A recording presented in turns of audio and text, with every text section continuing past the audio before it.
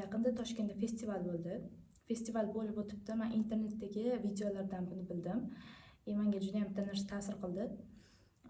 Hozirgi kunda Falastinni qanaqa urush ketayotganini hamma bilsa kerak, bilmagan odamni o'zi qolmadi shekilli.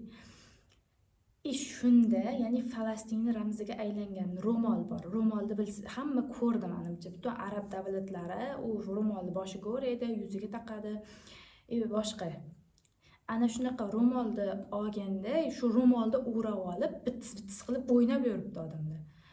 Bu qanaqa bu ongsizlik harakati bo'lishi mumkin? Bu tomondan Falastin qiynalib yotibdi-da, bu tomonda Falastin, ya'ni ozodlik harakati ramziga aylangan bu ro'molni o'rab olib, piva festivalda o'ynab yurish.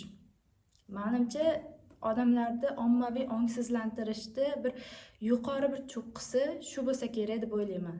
Yana bundan ortig'i bo'lsa bilmadim endi. Yashasa ko'rar ekanmiz-da.